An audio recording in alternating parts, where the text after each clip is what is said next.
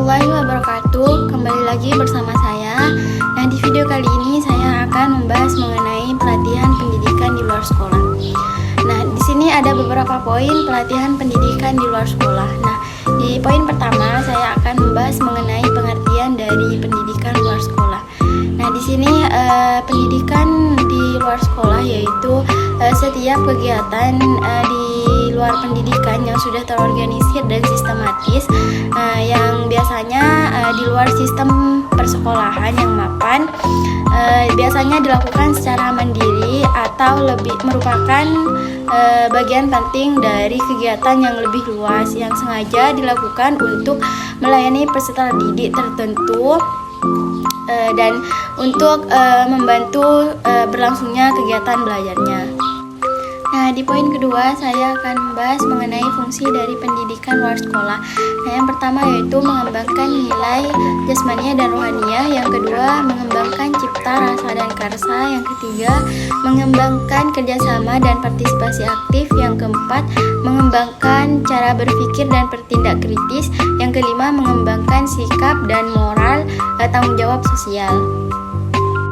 Nah, di poin ketiga saya akan membahas mengenai ciri pendidikan luar sekolah. Nah, yang pertama yaitu karakteristik tujuan, yang kedua karakteristik waktu, yang ketiga karakteristik program, yang keempat yaitu pengendalian program, yang kelima proses belajar dan pembelajaran. Nah, di poin keempat saya akan membahas mengenai model-model pelatihan dalam pendidikan luar sekolah. Yang pertama yaitu model magang atau pemagangan, yang kedua yaitu model internship, yang ketiga yaitu model pelatihan kerja, yang keempat yaitu model pelatihan aksara, dan yang terakhir yaitu model kewirausahaan dan manajemen peningkatan mutu. Nah, di poin kelima saya akan membahas mengenai pembelajaran pelatihan dalam pendidikan luar sekolah. Nah, metode pembelajaran pelatihan. Nah, di sini ada beberapa, tapi saya akan menyebutkan 4 saja. Nah, yang pertama yaitu diskusi. Metode diskusi sebagai metode pembelajaran yang mendorong tumbuhnya partisipasi yang paling luas dan banyak variasinya. Yang kedua yaitu studi kasus. Metode studi kasus, peserta pelatihan diminta untuk memberikan pemecahan terhadap suatu masalah atau peristiwa.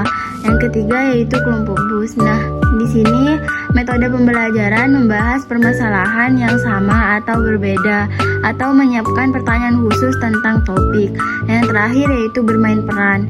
Dan di sini memainkan peran sendiri atau peran orang lain, melakukan suatu peranan sesuai dengan yang mereka kira bisa dilakukan. Nah, di poin ke-6 di sini saya akan membahas mengenai evaluasi pelatihan dalam pendidikan luar sekolah. Nah, di sini yang pertama yaitu mengetahui penguasaan para peserta mengenai pengenalan fakta-fakta. Yang kedua, mengetahui konsep-konsep tingkat pemahaman para peserta dalam konsep-konsep materi pembelajaran pelatihan. Yang ketiga, mengetahui pemahaman peserta dalam mengkaji ataupun menganalisis suatu masalah dan upaya pemecahannya.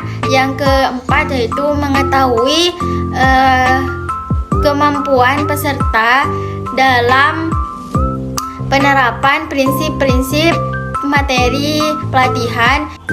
Dan yang terakhir yaitu mengetahui kemampuan peserta dalam menilai kegiatan dan produk yang dihasilkan. Nah, di poin ke-7 di sini sekaligus poin terakhir saya akan membahas mengenai tujuan penilaian aspek dan sikap. Nah, di sini ada beberapa, tapi saya akan menyebutkan 3. Nah, yang pertama yaitu mengetahui cara bekerja peserta dalam melakukan suatu pekerjaan. Yang kedua yaitu mengetahui ketepatan dan kecepatan peserta dalam melakukan sebuah pekerjaan.